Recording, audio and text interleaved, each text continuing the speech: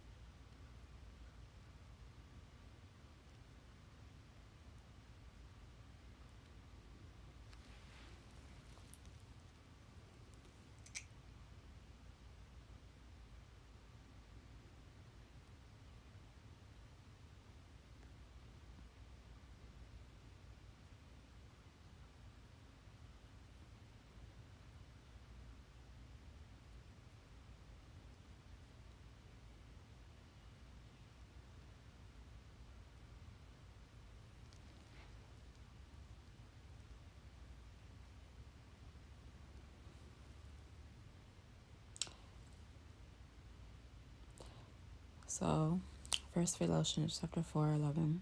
Make it your goal to live a quiet life, minding your own business.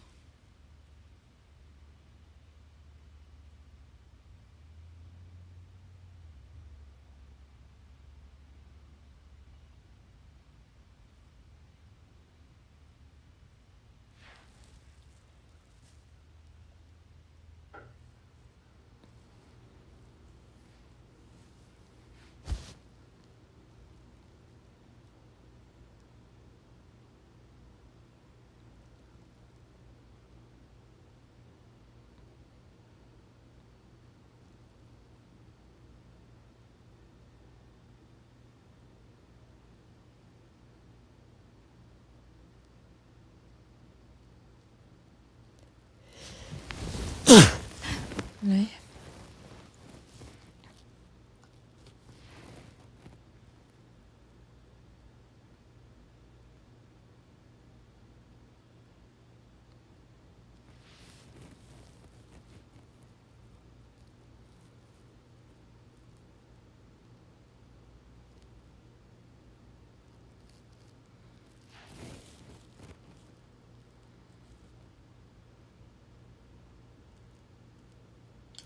So, I'm gonna pray. Hi, how are you? So, we're gonna pray. Dear Jesus, Dear Jesus, I ask for you to consider me at this time, and you know the problems with the people who live near us, and you know the whole situation. I'm reminded of the scriptures. Thou prepares a table before me in the presence of my enemies. Psalm chapter 23, verse 5. Dear Jesus, please help me. The enemy keeps trying to strike me with fear about these people, and the enemy keeps trying to come around and spit out lies to make me afraid. So, Lord Jesus, I'm a Christian and I'm an adopted child of yours, so please intervene.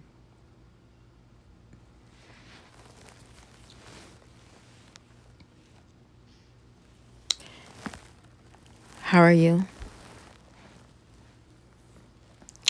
I'm going to start reading the Bible, Numbers 11, 12, 13, and 14.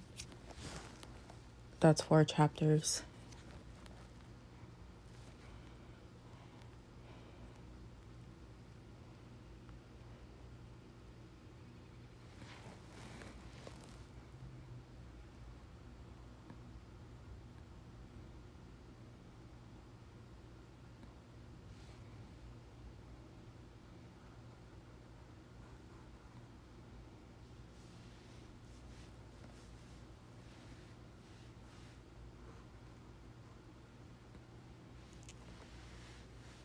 I'm going to read an audio Bible.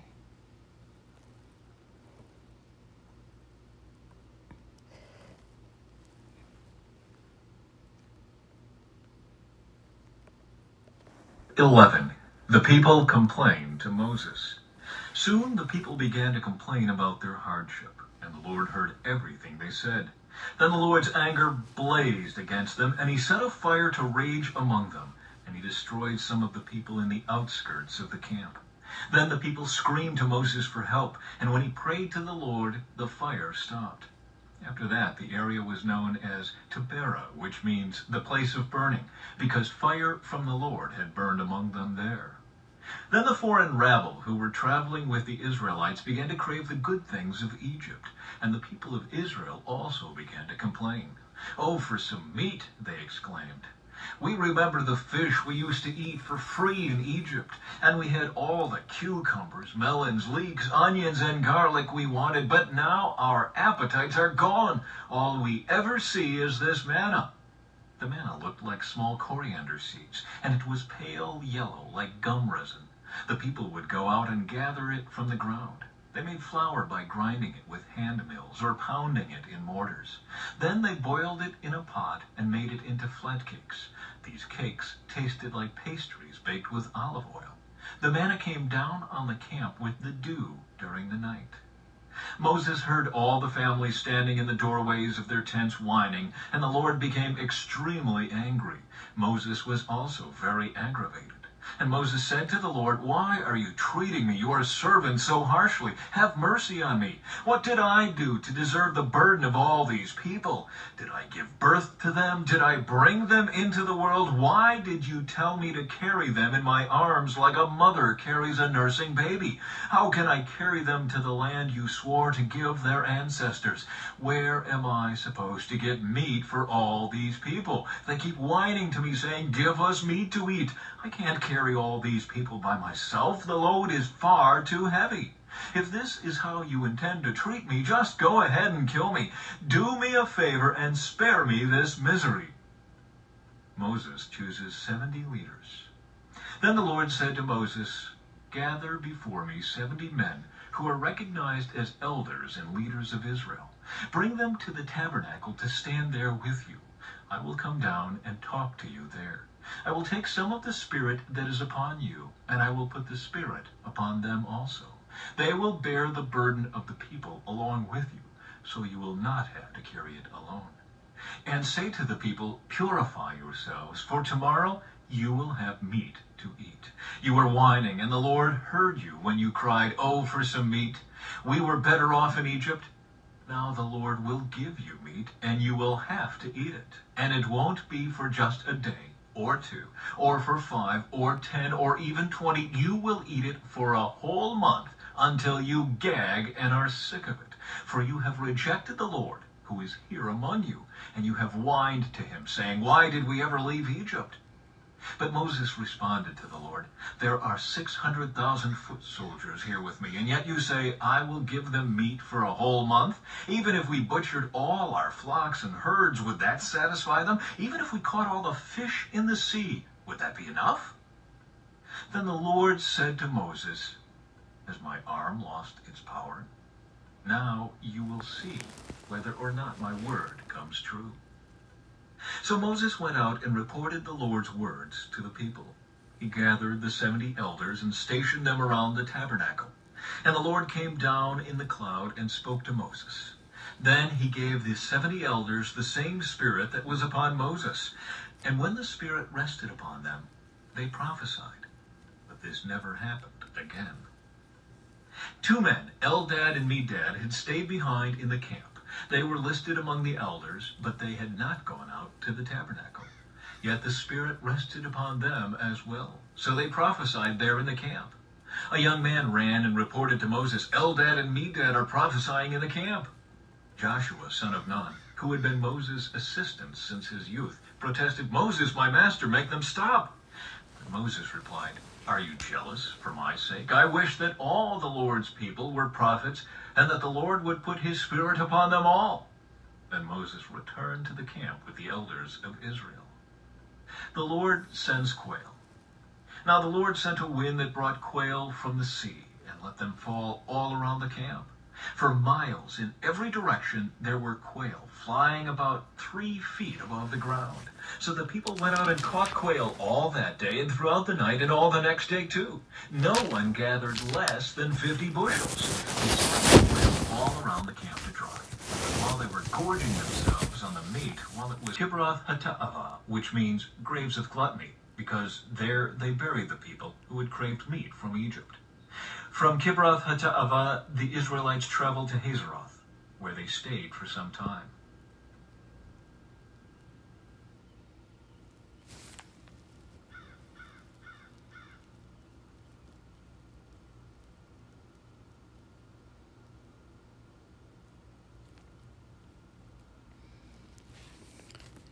So commentary, Numbers 11. Setting.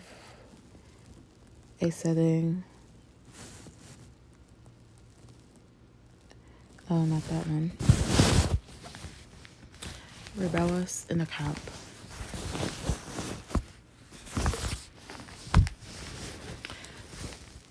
Numbers 11, 1 verse 3. The reader is startled by the readiness of the people to complain against God after all he had done for them. A clue to the discontent is found in verse 1. Consume some. In the outskirts of the camp, the Makons were a distance from the ark fire from God, consumed in the extremity of the camp, giving the name Tabrak, burning to the place. The King James and New King James Version read that the fire consumed some of the complainers. The ASV state only that the fire devoured in the uttermost part of the camp. Either way, it was a merciful warning to the people as a whole of a judgment that would be severe. Numbers chapter 11, verse 4-9. And the second complaining took place right in the midst of the camp, but this time the reason can be found in the expression, the mixed multitude or rabble. Some unbelievers had come out of Egypt with the Israelites, and this mixed multitude was a source of continued grief to the Israelites. And their disaffection spread to the Israelites, causing them to long for intensive craving for the food of Egypt, and despise the manna. See Psalm 78, verse 17, verse 33, for God's commentary on this. How strange that souls, when Jesus feeds with manna from above, should grieve him by their evil deeds and sin against his love. But this a greater marvel still, that he from whom they stray should bear with their rebellious will and wash their sins away. Numbers 11, verse 10, verse 15. Moses first cried to the Lord concerning his own inhabitability, to take care of such people alone. Then he described the utter impossibility of providing meat for such a multitude, and finally he asked for death as an escape from such problems.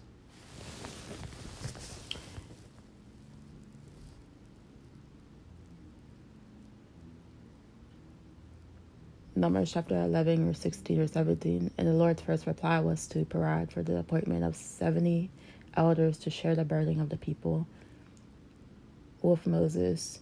Many Bible students question whether this was God's best for Moses, and they reason that because God gives strength to do whatever he orders, Moses suffered a decrease of divine enablement with his responsibilities to decrease. Earlier, Moses appointed men to act as the civil authorities according to his father-in-law's advice. Exodus chapter 18, verse 25, and Deuteronomy chapter 1, verse 9 to 15. Possibly the 7 chosen here were to help bear the spiritual burden, and these 2 distinct appointments should not be confused.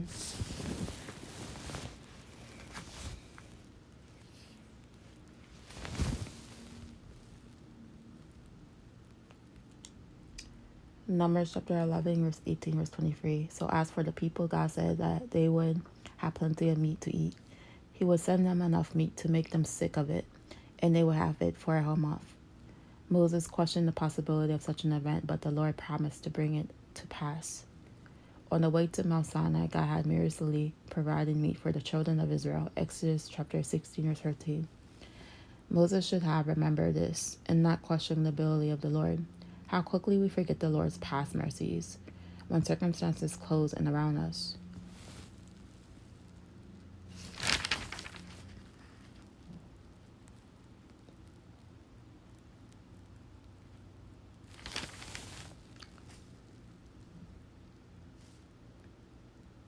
Numbers chapter 11, verse 24, verse 30. And when the 70 elders were officially installed, the Spirit of the Lord came upon them, and they prophesied, not as they spoke direct revelations from God. Even 2 of the men who had remained in the camp prophesied,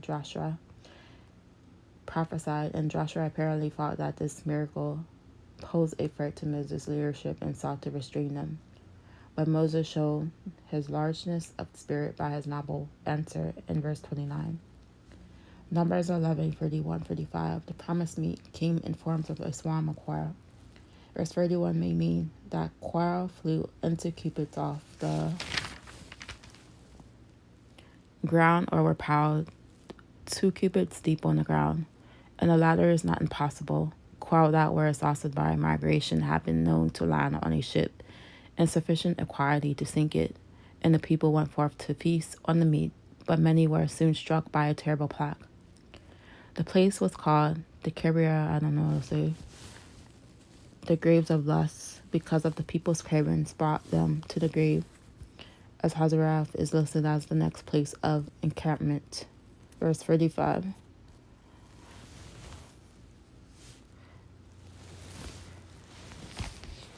So we're at Numbers chapter 12.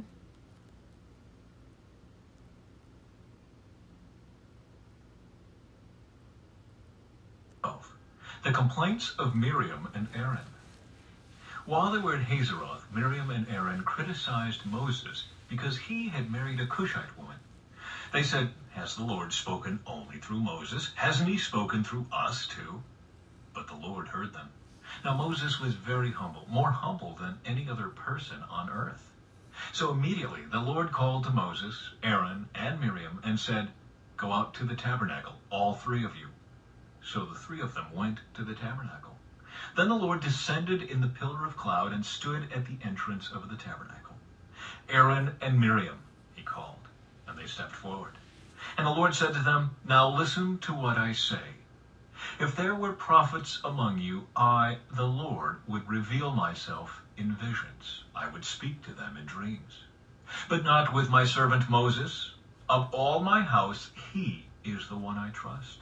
I speak to him face to face, clearly, and not in riddles. He sees the Lord as he is. So why were you not afraid to criticize my servant Moses?" The Lord was very angry with them, and he departed. As the cloud moved from above the tabernacle, there stood Miriam, her skin as white as snow from leprosy. When Aaron saw what had happened to her, he cried out to Moses, "Oh, my master, please don't punish us for this sin we have so foolishly committed. Don't let her be like a stillborn baby, already decayed at birth." So Moses cried out to the Lord, "Oh God, I beg you, please heal her." But the Lord said to Moses, "If her father had done nothing more than spit in her face, wouldn't she be defiled for 7 days? So keep her outside the camp for 7 days, and after that she may be accepted back." So Miriam was kept outside the camp for 7 days, and the people waited until she was brought back before they traveled again. Then they left Hazeroth and camped in the wilderness of Paran.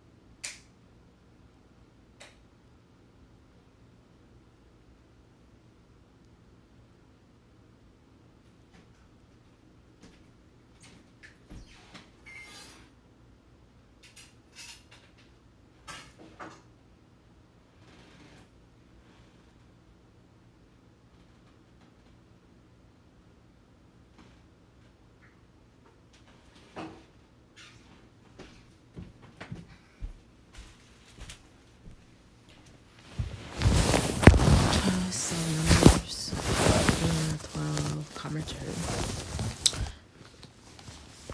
Rebellious Aaron and Miriam, chapter 12. Numbers chapter 12, verse 1-2. The next sad chapter in the history of Israel concerns two of the leaders of the people, Miriam and Aaron. Though they were Moses' sister and brother, they spoke against him for marrying an Ethiopian woman. At least that was their pretext. But the real reason seems to be given in verse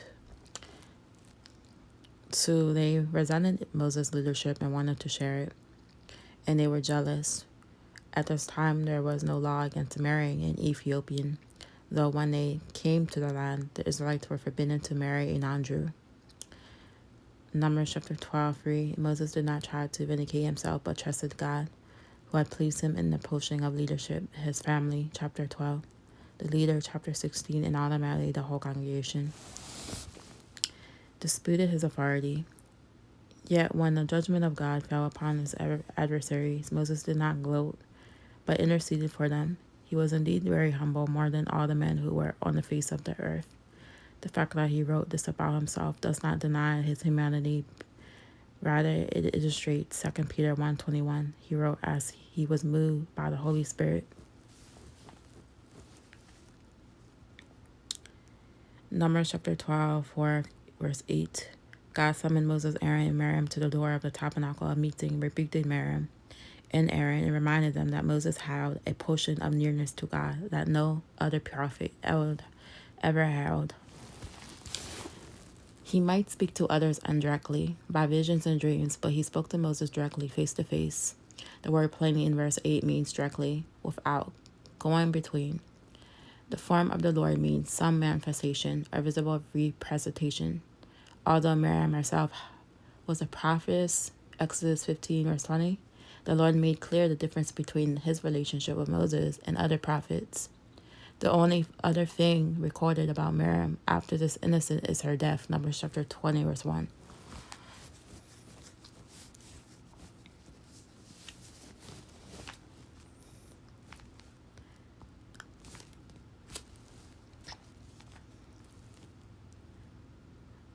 Numbers chapter 12, verse 9, verse 10. And the Lord was very angry with them, and he departed. As punishment for her rebelling, Miriam was smitten with leprosy. Since Aaron was not punished, some suggest that Miriam was the ringleader. They point out that the verb in verse 1 is feminine singular. Others believe that Aaron's punishment was to see his sister become a leper. Aaron was the high priest, and he would have been unable to function on behalf of the people if he had been made leprous. His potion might have saved him from the humiliation that Miriam had to go through.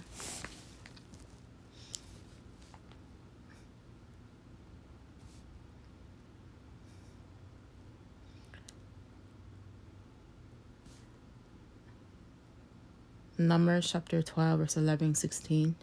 So Aaron confessed his sin to Moses and asked that Miriam should not be like a stillborn child, which comes into the world half discomposed. In response to Moses' intercession, God healed Miriam of leprosy, but insisted that she go through the usual 7-day period for the cleansing of a leper.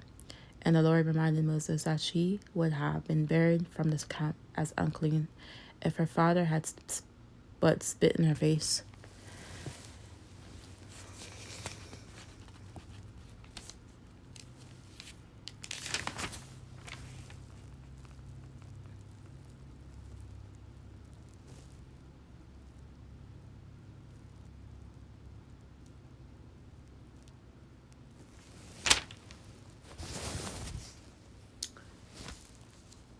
Now we go to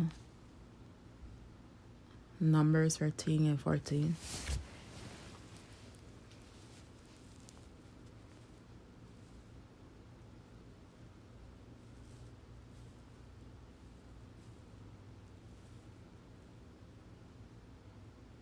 Chapter 13.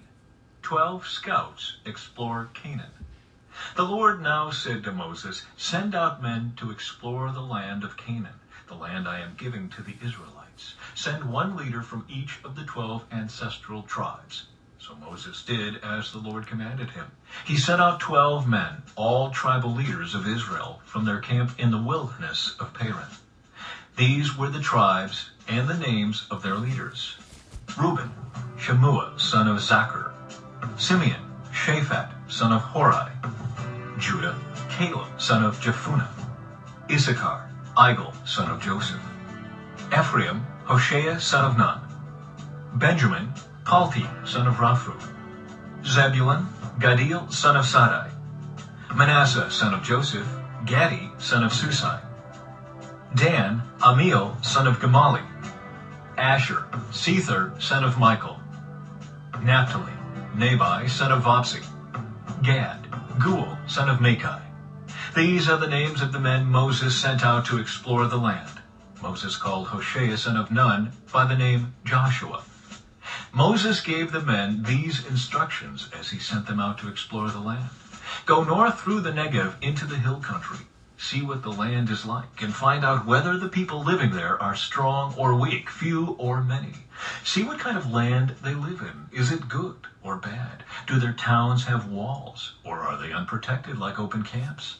Is the soil fertile or poor? Are there many trees? This is Do where I your think they get best to scared bring and don't back trust God. samples of the crops you see. It happened to be the season for harvesting the first ripe grapes. So they went up and explored the land from the wilderness of Zin as far as Rehob, near Lebo-Hamath. Going north, they passed through the Negev and arrived at Hebron, where Ahiman, Shishai, and Talmai, all descendants of Anak, lived. The ancient town of Hebron was founded 7 years before the Egyptian city of Zoan. When they came to the valley of Eshcol, they cut down a branch with a single cluster of grapes so large that it took 2 of them to carry it on a pole between them. They also brought back samples of the pomegranates and figs. That place was called the Valley of Eshcol, which means cluster, because of the cluster of grapes the Israelite men cut there. The scouting report. After exploring the land for 40 days, the men returned to Moses, Aaron, and the whole community of Israel at Kadesh in the wilderness of Paran. They reported to the whole community what they had seen and showed them the fruit they had taken from the land. This was their report to Moses. We entered the land you sent us to explore, and it is indeed a bountiful country, a land flowing with milk and honey. Here is the kind of fruit it produces. But the people living there are powerful, and their towns are large and fortified. We even saw giants there, the descendants of Anak. The Amalekites live in the Negev, and the Hittites, Jebusites, and Amorites live in the hill country. The Canaanites live along the coast of the Mediterranean Sea and along the Jordan Valley. But Caleb tried to quiet the people as they stood before Moses. Let's go at once to take the land, he said. We can certainly conquer it. But the other men who had explored the land with him disagreed. We can't go up against them. They are stronger than we are. So they spread this bad report about the land among the Israelites. The land we traveled through and explored will devour anyone who goes to live there. All the people we saw were huge. We even saw giants there, the descendants of Anak. Next to them, we felt like grasshoppers, and that's what they thought too. Numbers 14. The people rebel. Then the whole community began weeping aloud, and they cried all night. Their voices rose in a great chorus of protest against Moses and Aaron. If only we had died in Egypt, or even here in the wilderness, they complained. Why is the Lord taking us to this country only to have us die in battle? Our wives and our little ones will be carried off as plunder. Wouldn't it be better for us to return to Egypt? Then they plotted among themselves, let's choose a new leader and go back to Egypt. And Moses and Aaron fell face down on the ground before the whole community of Israel. 2 of the men who had explored the land, Joshua, son of Nun, and Caleb, son of Jephunneh, tore their clothing. They said to all the people of Israel, the land we traveled through and explored is a wonderful land. And if the Lord is pleased with us, he will bring us safely into that land and give it to us. It is a rich land flowing with milk and honey. Do not rebel against the Lord, and don't be afraid of the people of the land. They are only helpless prey to us. They have no protection, but the Lord is with us. Don't be afraid of them. But the whole community began to talk about stoning Joshua and Caleb. Then the glorious presence of the Lord appeared to all the Israelites at the tabernacle. And the Lord said to Moses, how long will these people treat me with contempt? Will they never believe me even after all the miraculous signs I have done among them? I will disown them and destroy them with a plague. Then I will make you into a nation greater and mightier than they are. Moses intercedes for the people.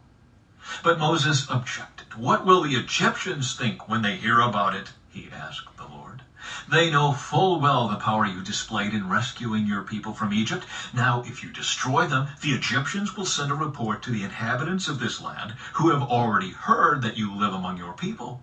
They know, Lord, that you have appeared to your people face to face, and that your pillar of cloud hovers over them. They know that you go before them in the pillar of cloud by day, and the pillar of fire by night. Now, if you slaughter all these people with a single blow, the nations that have heard of your fame will say, 'The Lord was not able to bring them into the land he swore to give them, so he killed them in the wilderness.' Please, Lord, prove that your power is as great as you have claimed. For you said, 'The Lord is slow to anger and filled with unfailing love, forgiving every kind of sin and rebellion. But he does not excuse the guilty. He lays the sins of the parents upon their children. The entire family is affected, even children in the third and fourth generations.' In keeping with your magnificent, unfailing love, please pardon the sins of this people, just as you have forgiven them ever since they left Egypt." Then the Lord said, "I will pardon them as you have requested. But as surely as I live, and as surely as the earth is filled with the Lord's glory, not one of these people will ever enter that land. They have all seen my glorious presence and the miraculous signs I performed both in Egypt and in the wilderness. But again and again they have tested me by refusing to listen to my voice. They will never even see the land I swore to give their ancestors. None of those who have treated me with contempt will ever see it. But my servant Caleb has a different attitude than the others have. He has remained loyal to me, so I will bring him into the land he explored. His descendants will possess their full share of that land. Now, turn around, and don't go on toward the land where the Amalekites and Canaanites live. Tomorrow, you must set out for the wilderness in the direction of the Red Sea." The Lord punishes the Israelites. Then the Lord said to Moses and Aaron, "How long must I put up with this wicked community and its complaints about me? Yes, I have heard the complaints the Israelites are making against me. Now tell them this: as surely as I live, declares the Lord, I will do to you the very things I heard you say. You will all drop dead in this wilderness, because you complained against me. Every one of you who is 20 years old or older and was included in the registration will die. You will not enter and occupy the land I swore to give you. The only exceptions will be Caleb, son of Jephunneh, and Joshua, son of Nun. You said your children would be carried off as plunder. Well, I will bring them safely into the land, and they will enjoy what you have despised. But as for you, you will drop dead in this wilderness, and your children will be like shepherds wandering in the wilderness for 40 years.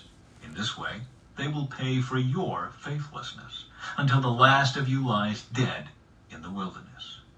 Because your men explored the land for 40 days, you must wander in the wilderness for 40 years, a year for each day, suffering the consequences of your sins. Then you will discover what it is like to have me for an enemy.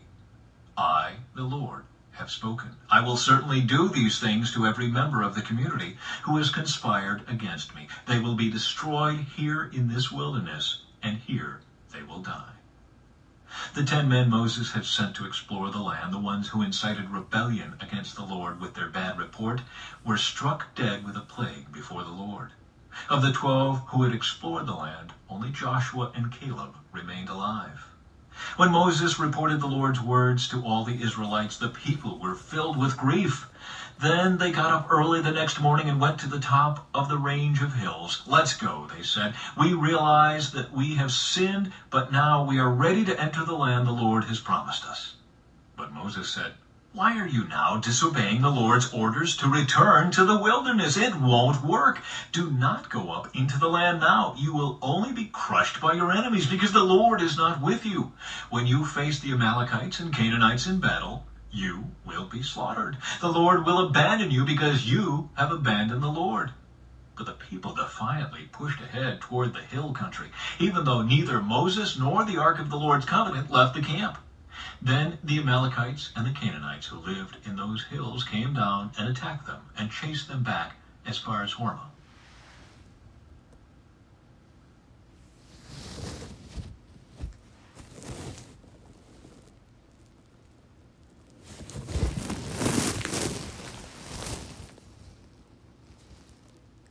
Spelling out the promised land, chapters Numbers 13:14. Numbers chapter 13, 1 verse 20. In this chapter, sending out and spies was ordered by the Lord. In Deuteronomy chapter 9, 1 verse 19 verse 22. It was suggested by the people. Doubtless God's instruction was in response to the people's request, even if their attitude was one of unbelief.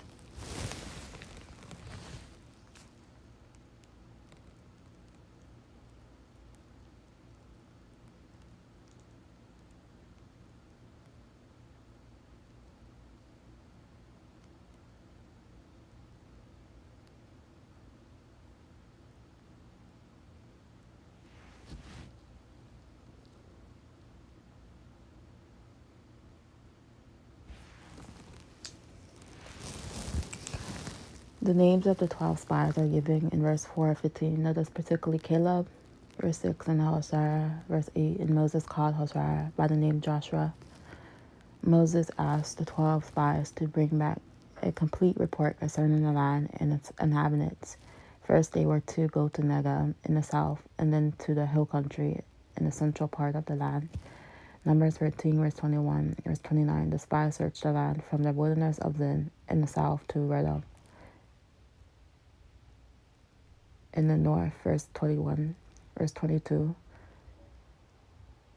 24 described the spying operation in the south of Hebron, and they saw 3 sons of Anak, who were giants, according to Deuteronomy chapter 2, verse 10, verse 11. Near Hebron, they came to a valley of vineyards, and they cut down a large cluster of grapes, and suspending it on a pole, between 2 men carried it back to the camp of Israel, together with pomegranates and figs.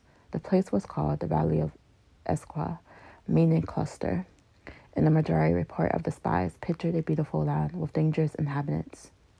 The spies doubted the ability of Israel to conquer the inhabitants, in spite of God's promise to drive them out. Numbers chapter 13, verse 30, verse 32. In reference to Nephilim, verse 33, does not mean that these giants survived the flood. The Israelites had heard about the Nebian and that lived before the flood, and they identified these giants with them. Caleb, speaking for Joshua and himself, expressed confidence that Israel would be victorious. But the others flatly denied this. The expression in the land that devours its inhabitants means that the present inhabitants will destroy any others who try to settle there.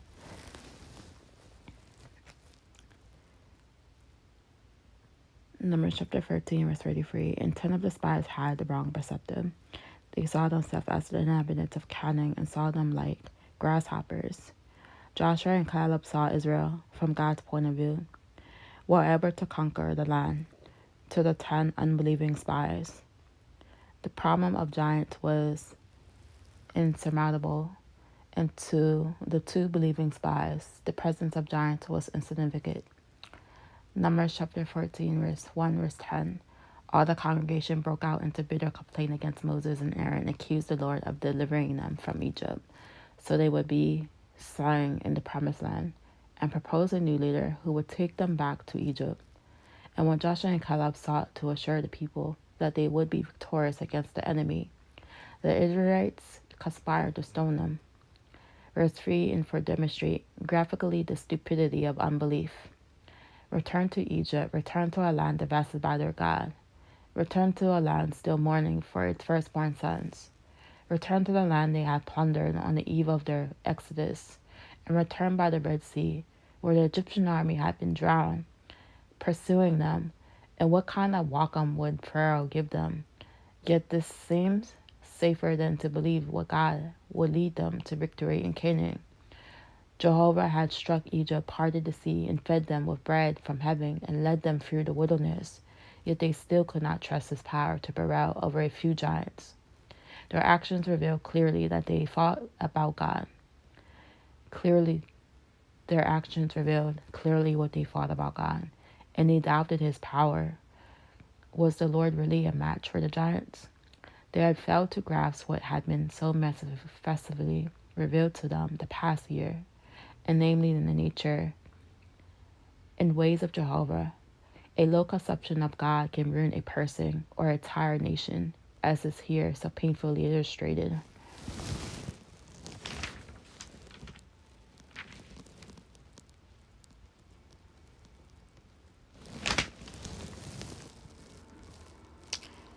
Numbers chapter 14, verse 14, 11, verse 19. And the Lord threatened to abandon the Jews and raise up the new nation from Moses' descendants. But Moses interceded for them by reminding the Lord that the Gentile nations would then say, the Lord was not able to bring his people into the promised land. The honor of God was at stake, and Moses pled their argument with tremendous forcefulness in Exodus chapter 34, verse 7. The Lord had revealed himself to Moses. And verse 18, Moses repeats almost rather God's description of himself as the basis of his prayer. How different in the theologically of Moses from the theologically of the people. His is based on divine revelation, and theirs is based on human imagination.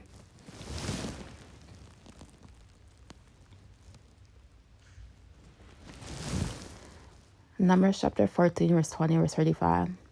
Although God replied that he would not destroy the people, he decreed that of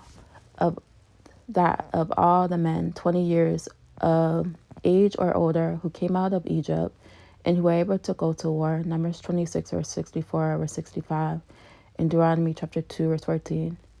Only Joshua and Caleb would enter the promised land, and the people would wander in the wilderness for 40 years until the unbelieving generation died. The sons had to bear the brunt of their father's infidelity. However, they would be permitted after 40 years to enter the promised land. 40 years were specified because the spies had spent 40 days in the land on their expedition. 40 years here is a round number. It was actually about 38 years. It was 40 years from the time Israel left Egypt till they reached Canaan. The people refused the good the Lord wanted them to give them, so they had to suffer the evil they chose instead. However, the fact that they were excluded from the land does not mean that they were eternally lost. And many of them were saved through faith in the Lord, even though they suffered his governmental punishment in this life because of their disobedience. And there's a great deal of uncertainty concerning the exact route followed by the Israelites during their wilderness wanderings.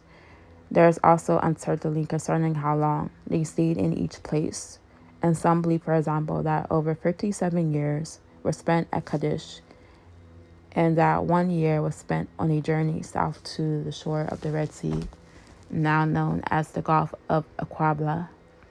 Many of the place names on the route between Sinai and plains of Moab are no longer indefinable. The glory of the Lord in verse 21 refers to his glory as righteous judge, punishing the disobedient people of Israel. The Israelites had tempted God 10 times, and these temptations were as followed as the Red Sea, Exodus chapter 14, verse 11, 12. At March, Exodus 15, verse 23, in the wilderness of Sin. Exodus 16, verse 2, too rebellious concerning the manna. Exodus 16, verse 20, verse 27, at Redium.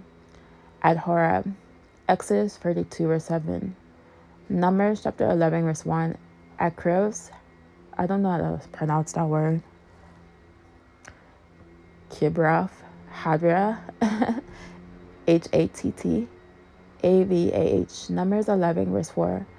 And at Kadesh, the meridian of the spies, report number 14. Of the 603,550 men of war who came out of Egypt, only Joshua and Caleb entered the land. Deuteronomy chapter 2, verse 14.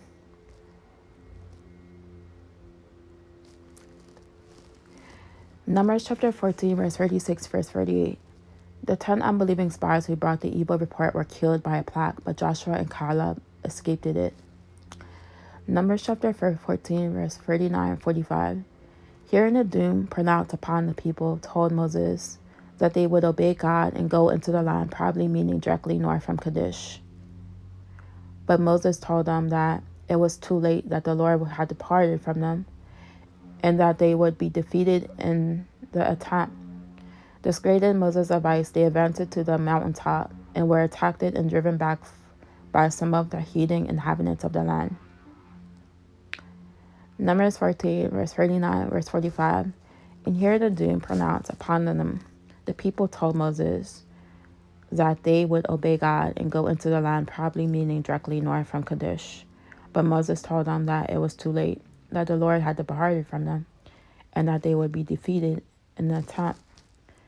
Dissuaded Moses' advice, they advanced to the mountaintop and were attacked and driven back by some of the heathen inhabitants of the land.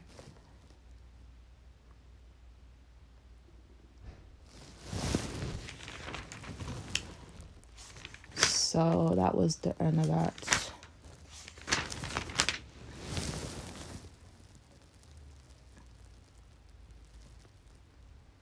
Tomorrow we'll read Numbers 15.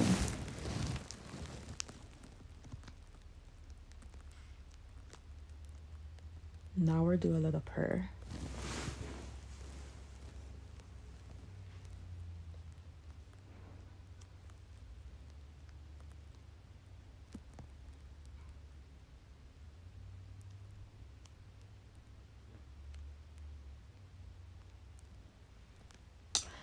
So we're going to pray. Heavenly Almighty Father, help me to be strong when others attack instead of responding in anger, and remind me to pray for my enemies and to pray for your blessings and peace over them, for their hurting hearts to mend.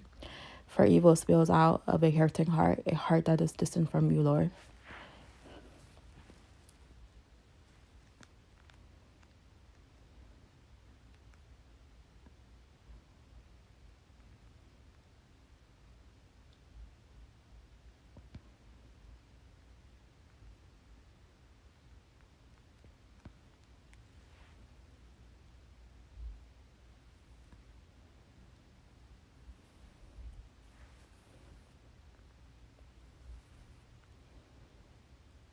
Prayer for obedient trust. I am your little lamb, and I will follow you wherever you go. Increase my trust in you and your commands, and let my ears ever be listening for your voice, so that I can come running to your side.